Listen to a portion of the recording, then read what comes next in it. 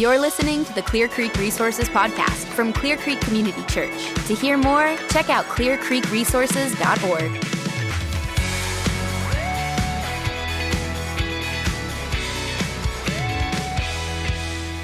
Well, hey, everybody, and welcome to the Clear Creek Resources podcast. My name is Aaron Lutz. I'm guest hosting a little bit this summer, but want to thank you for listening today. We've been in a summer series in our podcast talking about the personality profile type called the Enneagram. Talking about how that could really help us not only know ourselves better, but give us insight on how we grow spiritually as well. So I hope this is a helpful conversation for you. Hope you will continue this conversation with your friends, with your small group, and with your church family. Well, today I'm excited to sit down with Courtney Ricketts and Aric Harding. Thank y'all for jumping in today. Sure. Yeah. Excited to be here. Super. So for those who don't know, Aric Harding serves on our staff at Clear Creek. He's a worship leader at our 528 campus, but also super gifted with video, photography. Also happens to be a DJ and stand-up comic on the side. Yeah. Yeah. So which one of those do you like more? There's nothing like stand-up comedy because it's like, some part of it's gonna go bad, and it's about just reading a room of people and just trying to make it. It's just an adrenaline rush because it doesn't matter how much you've prepared what you're gonna say. It all depends on who's in the room. We may talk about that more. That may feed into your personality type a little bit. It does. It has to. It does. It's so classic 7 of you to have those. Aric and I also started at Clear Creek on the very same day, June 1st, 2013. So Pretty next crazy. year, that's 10 years. Courtney Ricketts also serves on staff with us at Clear Creek, also a worship leader, but serves at our Eager Bay campus. Before I even met Courtney, I think I've told you this before, but my wife said, that girl can sing the phone book, and I'd buy her album. Like, she was a fangirl for a while. So sweet. Very kind of her. Courtney, how long have you been on staff at Clear Creek now? Let's see. I think it's been about 8 years in April. Cool. 2014. Is my math right? 8 years, I think. You helped us launch East 96. That was I part did. of your time. One of my favorite things that It I've was gotten awesome to do here. Yeah. What year was that? That was. We launched in 2017. Okay. Yeah, we're coming up on our 5-year anniversary. Man, that's crazy. I know. That feels like last week. I know. Seriously. I know. That was pre-L. That's how I divide my life now. L is your Pre-baby. daughter. No, tell people Yeah. L is your daughter that Yeah. way. Oh, yeah. Because everything pre-L would be like A, B, C, D, E, F, G, H, I, J, K. Anything before L's my like daughter. K and under. Yeah. All right, so each week in this podcast, we've been interviewing 2 different Enneagram types. And so we've done the 1 and 2 together, a 4 and a 5 together. So Courtney, what number are you in Enneagram? I am an Enneagram 6. Awesome. And Aric? 7. All right, so we got a 6 and a 7. We'll describe those types a little bit more here in a few minutes. But let's start with this. We've been asking everybody this first question. How did you hear about Enneagram? What was your own kind of personal Enneagram journey in discovering your type and how that's been impactful for you? I know for me, I joined a small group like right after Elle was born. Okay. It was a women's small group with Aaron Funke and Lindsay Layton. Oh, yeah. Shout out. Super fun. And we did this as like an exercise as we got to know people. And so I had kind of seen like even on social media, people be like talking about Enneagram and I just didn't know what it was. So we took a test. I actually tested as a 4. Okay. And leaned really hard into that. That's definitely me for like way too long. Now it's laughable to think I was a 4. But I tested as a 4, but then my other 2 numbers that were top for me were 1 and 6. Okay. And I've heard people say that you take the top 3 and then you just kind of read about them and see which one you identify with. So once I kind of figured I was not a 4, I was just reading the book, The Road Back to You. Sarah Beth actually, she recommended it to me. So I'm reading through 1 and 6 with my husband. And I remember reading about 6s and being like, oh my God, that person sounds so neurotic. and so And Josh is like, I'm being quiet. no, Josh 100% was quiet. like, you're a 6. Like that's literally you. And I was like, first of all, you're sleeping on the couch. Yeah. But I came to find that he is actually right. And there are also a lot of really good things about being a 6 too. So I'm okay with it now. People talk about it as kind of a journey of like trying to figure out which It personality really type is. you are. Don't rush to judgment on a certain type, but kind of see Yes. all of those and figure out kind of your internal motivations, your desires, and which one of Yes. those line up the most. Absolutely. So 6 for you, Aric. That was a 7 for you. But what was your journey to figuring out Enneagram? Any hesitations with that? Any learns you jumped in?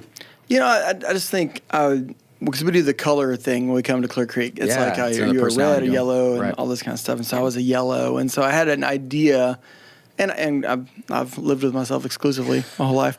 And I just noticed, and then when my best friend Kyle, he's one, he starts talking about it, and we're at dinner with them, and they're really into it, and I'm like, oh, this sounds fun. I was like, so we take it like at dinner on our phone, it's one of those, it's one of like those people who are like, you're gonna do this right now, and so did it, and 7 was out front, but then really closely behind were 2 and 9, which is like 9's like a peacemaker, and 2's the helper, and Glenna was hardcore 2, like she's my wife, she's definitely a 2. And so I was like, well, that's kind of interesting but I think it's like almost like those are some learned aspects of offshoots of being a 7. But 7 is like the name of it is the entertainer. And so that made sense with just some of like the natural bent of my life. And so I got Throwback to You, and I was like, big book. So I read the 7 part, and I was like, that's me, and just quit reading. I should read about the other ones. Like, but this chapter nailed me. I was like, insert my name, and I was like, yeah, that's cool. Like that felt really comfortable, actually. Because I think for a 7, you want some validation for some of like your natural tendencies that you have, and so it felt really good. What's been interesting is we've had these podcast conversations almost to the person. Everybody has said, I started down the Enneagram journey because it was in community, in a small group, sitting at friends, a small group leader for me. And so it's because Enneagram has to do with how we interact interpersonally, like how we engage other people, right? Not just ourselves. Exactly. And so it's not just about learning about ourselves when we turn really inward. It's about how do we best relate to people, and we would say even how we relate to God in that way too. All right, so Courtney, let's start with you representing Enneagram 6. Right. Give us a little overview of that personality type. Like, what's the title? What's the 6 in a couple sentences? Tell us about you and all 6s. Okay, I'll try to speak on behalf of all 6s. And all 6s, wow. That's No probably pressure. the worst thing you could ask me to do, is to represent every single one of us. Okay. Because we're all so different. But so the most common name for the 6 that I've seen is the loyalist. Okay. But there's a lot of other ones. Another one I like is the friend. I really love friendship, so I like that name. But our key motivation, like the thing that kind of drives all of our worldview outside of our Christian worldview, of course, is this need for security. Okay.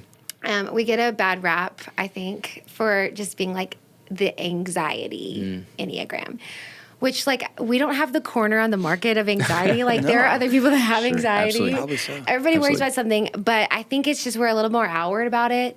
But it is driven by that, not fear, but just this desire for security. We want to see that we are supported by the people around us, the authority figures around us, and we want to build this community and like almost wall around ourselves of security when it comes to like our interpersonal relationships and stuff like that. So we just want to be safe. That's really it. So Enneagram talks a lot about like not just outcomes and actions, but desires and motivations. Right. And so even that is shaped early in childhood. So you don't have to have an answer to this, but is there anything like early on in childhood that shaped those motivations and desires for you? No, 100%. We were just reading about the childhood wounds of every Enneagram type, which could be a whole other podcast, honestly. Sure. I read that the type 6, they kind of really identify with a nurturing figure in their home, but they internalize that relationship. I think I can definitely identify with that. So like, if I had an extremely distant, kind of abusive parent and a very close parent. So like, whenever either one of them would, feel sad or feel angry at me or just kind of be in a bad mood or any of that, I would internalize that as like, oh, I've done something. I have to either all out reject them to keep myself safe, or I have to do something, fix something, make sure it's back to safe, like reset mode. Yeah. So I definitely identify with that. I think that probably shaped me. I didn't feel safe in one way or another. So. Yeah. One more question for 6 before we'll turn to 7, and just maybe even short, like what's the superpower of a 6? So like a lot of times we can kind of talk about the difficult parts, and especially even as a 6, maybe like there's some of that as you try maybe tend more towards the difficulty. But what about like the really good thing about being a 6? What's the superpower of 6? The superpower of a 6. Okay, so another name for 6s are the problem solver. I really like that. So 6s, there's just a lot of duality with us. Like we can be very fearful, but also really courageous. We can be over analyzers, but also doers. And so I think our superpower is foresight of like we can see things from all of these different angles. And while that can definitely be a bad thing in some ways, it can really be a good thing, I think. And just kind of helping in the planning stages of stuff, or just seeing like what could possibly go wrong. Other people don't see it. I don't understand how other people don't see sometimes all the danger that's around, but I see it all the time. Having worked with you, I think like your problem solving ability, like you like being on the front end planning and thinking through all that kind of stuff. I do. But the loyalty thing, I think, is a superpower of 6s too. I mean, like, so 2s can be really good friends because they love and serve really well, and 9s can be really good friends because they're peacemakers and like everybody to be happy. But man, for a loyal friend, like that is, you can't ask for something better than that in a friend. So you definitely good. Like truly. So because when we were getting ready for this, and like we're looking at all this stuff, and I was listening to a couple different things about 7s, and I'm going into this existential crisis about 7s, and so I texted her. I was like, "All right, I'm freaking out. I'm freaking out. What do you think about this?" So, and it was good. It was like she was like steady. Like it wasn't just like oh, you'll be fine. It was like a paragraph about okay, well, I was like, thank you. I needed that. I'm glad you needed it because I was like, I'm probably texting so much. But I was just like, listen. If you're my people, like I got your back. Exactly. Like, that's what it comes down to. Like, I will go down with the ship. I will fight all the way to the ground for people. So that's good. All right, Aric, let's talk 7s, man. What are 7s called? How would you describe your personality type? What are some shared characteristics with 7s? All right, the entertainer. That's what I kind of said a while ago. And it's bothering me. I feel like this arm. Like I feel like I'm at a wedding reception. I married a robot, and we're like doing like the. Hence the entertainment. I don't know. Like I had to say it because that's like it's been so in my head every time I take a drink of my coffee. Anyway, so the entertainer. The entertainer. So some normal I would say these are the broad strokes. I wrote them down because I feel like this can get so wide. You can meet 7s that are just you really like you're a 7, and then maybe you got to get through a couple layers to kind of see because it can come out of people differently. But typically it's the life of the party, very entrepreneurial, optimistic. Don't like being tied down or are trapped and stuff. And they don't linger on pain. Like it's like you just reframe it, and that's part of the optimism. It's like a trickle down of that, and just crave new experiences, like fine with change. One of the big ones I think is like you get energy from a crowd. Okay. That's like we just did 2 weeks of camp back to back. I was there for 10 days, and I got home and I'm like, good, because I was around new people and new experiences and new 10 straight days, and I'm like, this was the best 10 days of my summer. I did 4 camps in a month, and I'm just like, awesome, let's keep going. I did 1. I'm exhausted still. Yeah, she nearly died, and I'm always just like, I'm good, And I think another little thing is I think that we trust our ability to handle the unexpected a little bit, and so we kind of actually enjoy the unexpected happening because it just kind of it's a challenge on some level, and so you're like, cool, let's just figure that out. Kind of usually a jack of all trades, master of none group of people too. We know a lot about a little bit of everything, just enough to functionally fool everybody.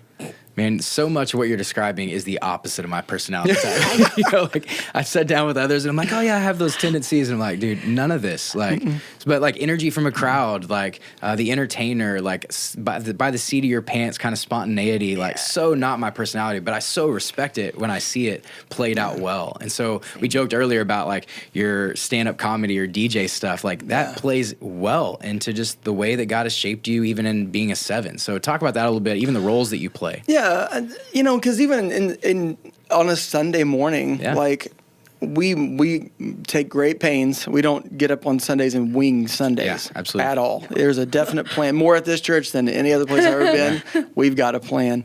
And I know that we pray a lot about how we do that, how we approach a Sunday. But when you get up on stage on a Sunday and you still are looking at a room full of people. You're ministering to those people. You're pastoring those people. And so I think that I will just be open spiritually to what God may want to say in that moment. And I may share something personal.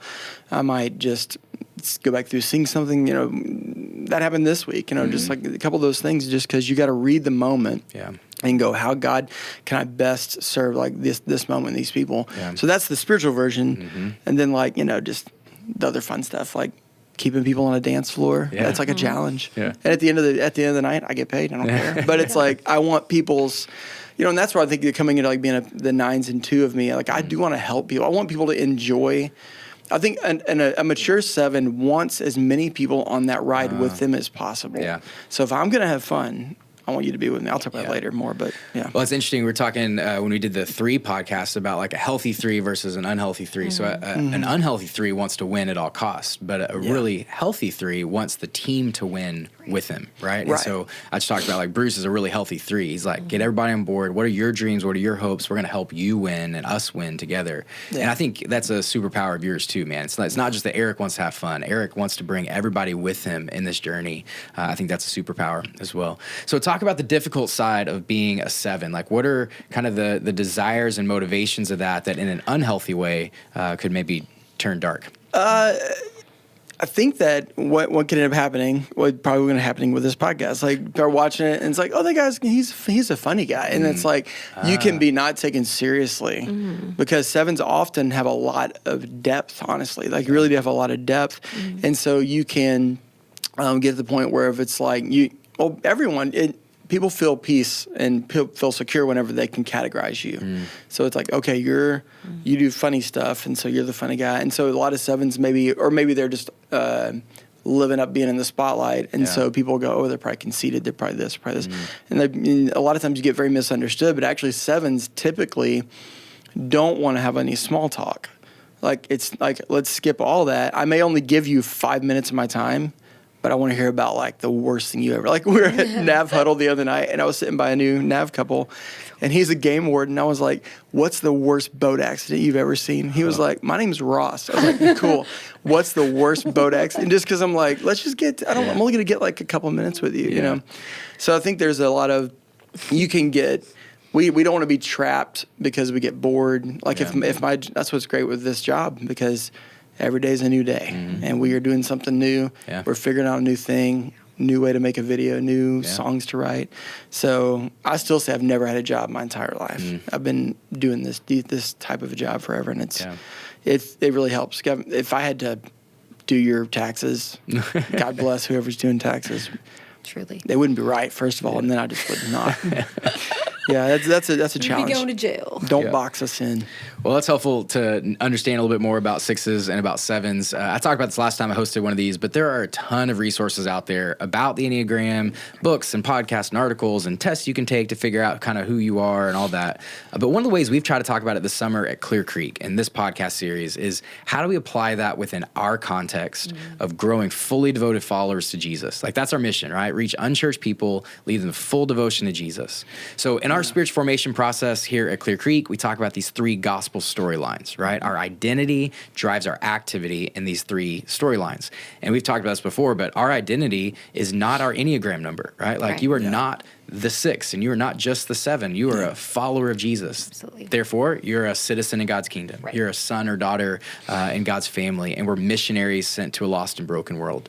So how we apply that can be impacted by our Enneagram number, but our Enneagram isn't our identity. So I just want to walk through some of that with you guys.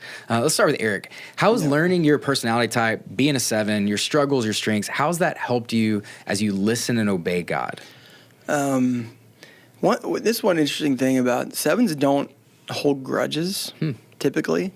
I mean, maybe some out there that do, but I think overall, I would say that, like, if you wrong me or something goes wrong, like, turn the page, like just kind of move on. And I think that helps with how, it sounds silly, but like how I'm able to forgive others.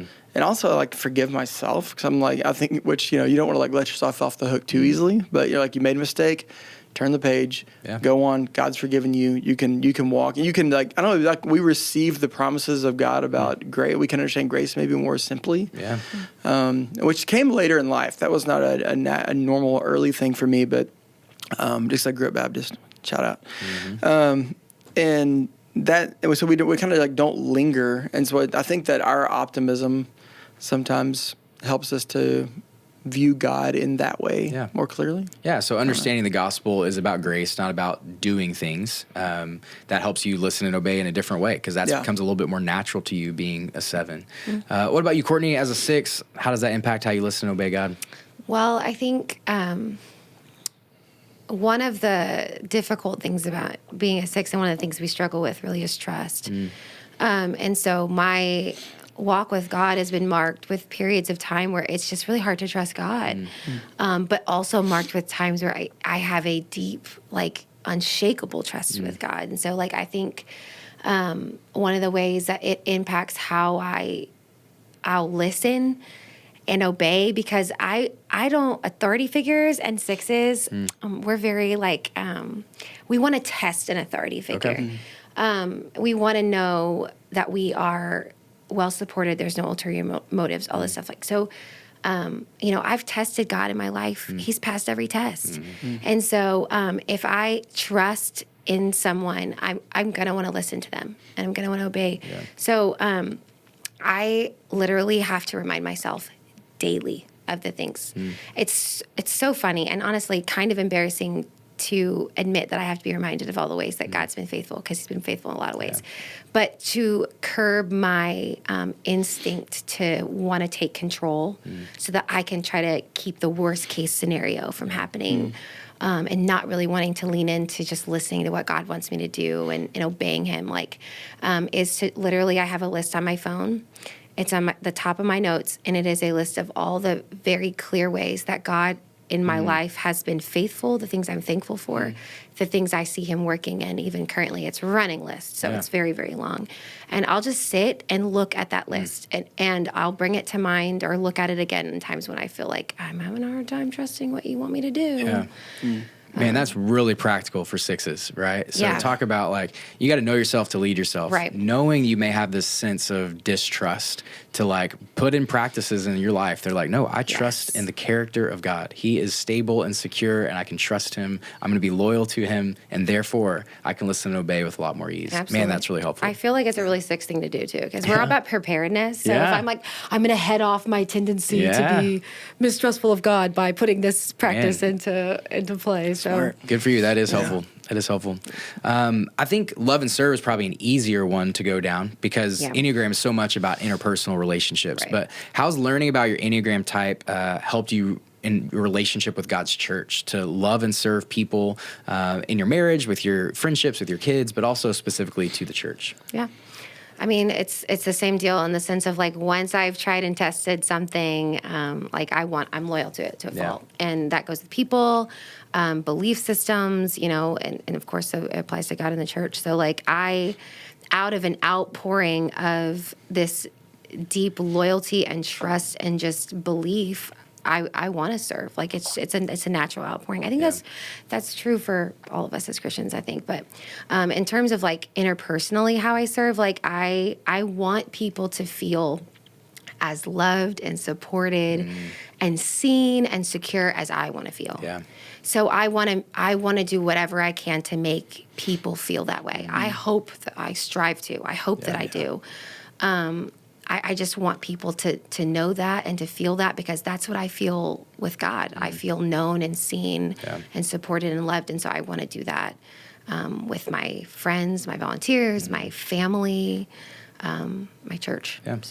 So in that storyline, we talk about the church being a family, right? We relate to each other as brothers and sisters in Christ. And we say that in small group, that's the place that you're loved. You can love and be loved, serve and be served, know and be known. And you can experience that both in group, but also on a service team. Like the way you lead your band, like you want that for them, because you want them to be loved the way that God loves you. So much. That's helpful. Yeah. Aric, what about you, man? How does a Enneagram 7 love and serve? I think that this comes back to, I think that the healthy version of a 7 is that you learn to not bulldoze people in the momentum of what you're doing. So we can love and serve people, but it's that gathering them as a part of the thing you're doing. So you're like, we're going to do this, and it's like, I can come and bring that and you're going to come with me. And like, I don't know if that makes a whole lot of sense. I think there's times when it's like someone gets on a stage and they're, or whatever, or they're just doing anything and they're like the center of attention and you're like, oh my gosh. But when you use that center of attention to shine, to reflect that light onto other people, and you're really truly, that's how you can, in maybe an out loud, upfront, very visible way, shine the light of God's love on other people. Yeah. And I think that may not be something that's a natural tendency to 7, because as long as, you're getting attention, you're feeling better and you're doing things. So it's like the more mature 7, I think, goes, how can we take and bring other people into this? And even also then being aware of, as you're doing what you're maybe only you can do, how is that then building up the body in some way, rather than like, being destructive for your own kicks, or I guess, or whatever. I feel like that makes as sense. much as you might be like the 7, like in the spotlight, like you are the spotlight. Like our history, like before we even came to Clear Creek, we were at Sagemont. Like Eric's like, he's straight like half raised me. I mean, not to call you old. You're not old. I'm fine with what I am. It's like my dad. So like I everything you said, I'm like, I benefited from that. Like you didn't just take on the spotlight, but you bring people alongside you in a way that's like super unique, and you then build leaders, and you teach people how to do what you can do. Although you do it in such a specific way that only you can do, but you teach people to lean into their own giftings and like be in that spotlight with you, because you shine a light on their gifts. Don't cry. I'm not. I'm doing well. Not gonna cry at all. You're gonna cry before I will. Oh, okay. It's interesting to hear you talk about like just bringing people along. I think you really do a lot of that really well, the way Courtney's described. So my personality type's a 3, right? Like I want to win at all costs. Like I want to competition, get to the goal line as quick as we can. And I may forget there's people along the way. Whereas you're like, the people are with you the entire time. Like that's ways that I benefit from 7s in my life. Like if I'm maybe consider projects or policy above people, I have to be self-aware of that. You're very aware of the people that are going alongside of you. So that's helpful. That's really good. You just want people to enjoy the same thing you're enjoying. Yeah. It's like, if I'm going to do this, it's better if you get it too. Let's all do this. It's social. It's a different social awareness. I think that kind of comes with just time. Probably. And it is really the beauty of the church when all of our gifts come together, all of our abilities come together, our personality types come together. We look we're a better church the more diverse we are in all of those ways. Well, I remember like one thing Bruce said when we were having lunch one time. This is probably 6 years ago. I was like, man, I just don't know like what I'm going to do when I'm like, if I'm like not the worship leader someday. Like, what am I going to do?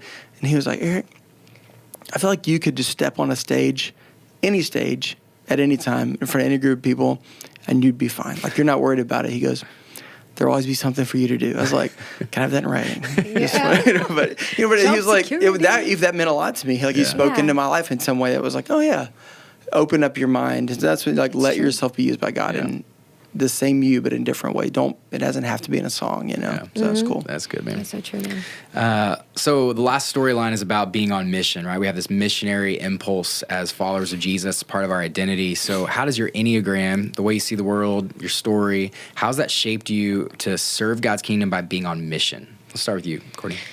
Well, when I think about like the mission of the church is to see people come to know Jesus, I look at evangelism not as like, how can I meet someone and then quickly get them to accept Christ.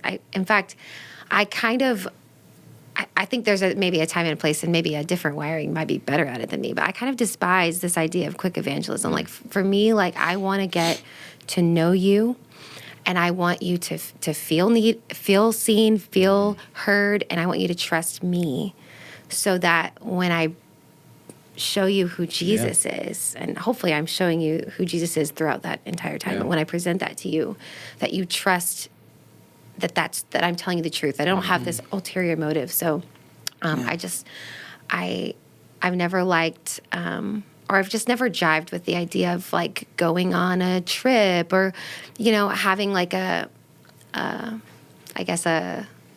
some kind of mission trip sort of thing where you only interact with the people for a short amount of time. I'm like, I want to know you. I want to spend time with you.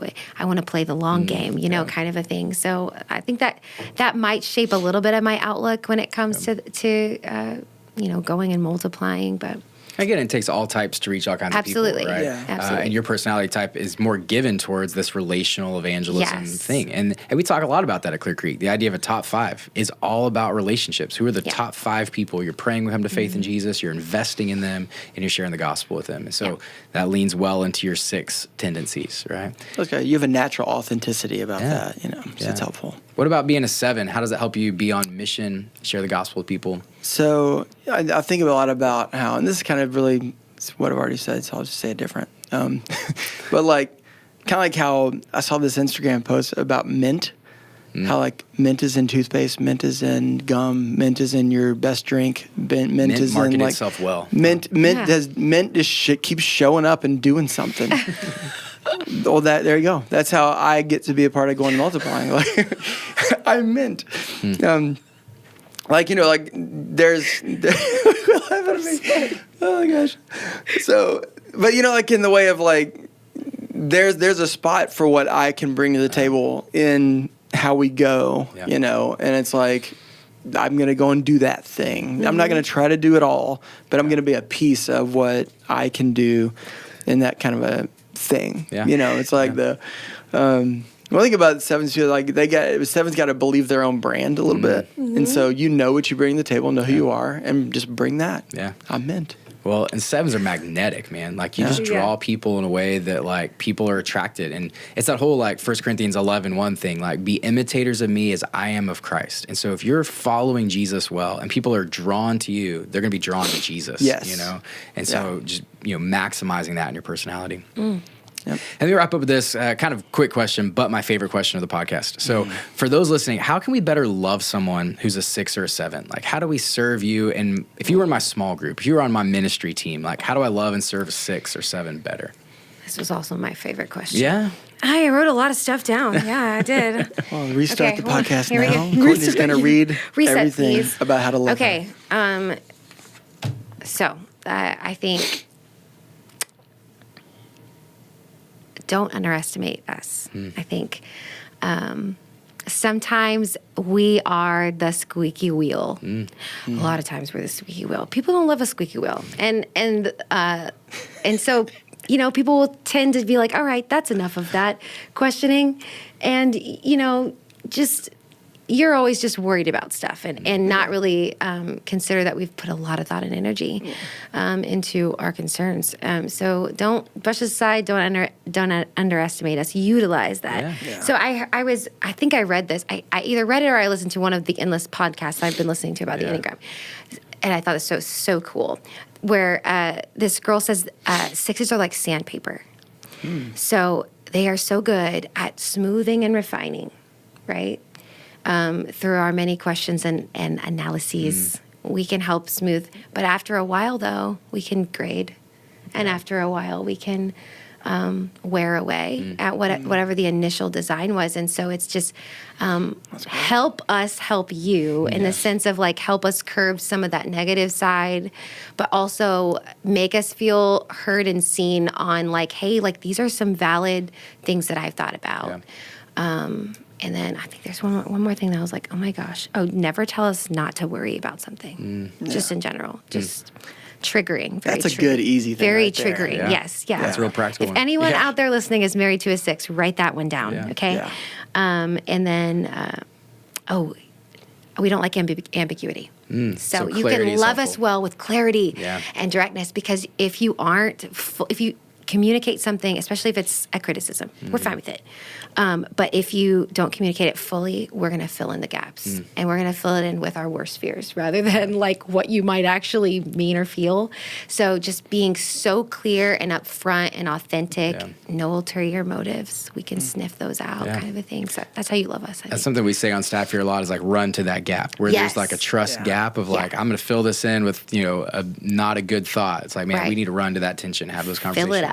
That's really good. Yeah, all right, Aric, keep 7s out of jail. Yeah. It's like, this is true. I probably kept you out of jail countless times. Definitely. I'm sure.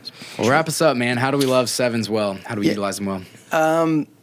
Give 7s an opportunity to like they need a crowd, and they'll learn and grow from having opportunity. And so you have an opportunity to bless people, to be yourself, and be present with 7s.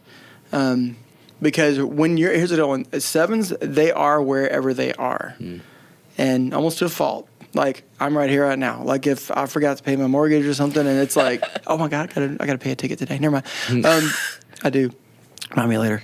Like, that kind of thing. Like, where you are, and that's where you're at. And so when you're with a 7, try to be present with them, and hear them out, and let them tell you their crazy ideas, and trust them. Yeah. Let them try some stuff, just that'll be the best way, because then you're going to get a great return on that type of investment for sure from a 7. So do that. Well, this is a fun podcast for me because I'm so not like either of you, but I love both of you so much, and I learned from both of you. And so I'm grateful for y'all joining us on the podcast today. Yeah, thanks for having us. Yeah, it was awesome. Super fun. Thank you for those who are listening for joining us. I hope this has been a helpful conversation for our church family, as we really do seek to grow in full devotion to Jesus, however he has shaped you to do that. Hey, thanks for checking out this video. If you haven't yet, make sure that you hit subscribe down below and check out clearcreekresources.org, where we have videos, books, and sermons on there, as well as our audio podcast. Thanks for watching.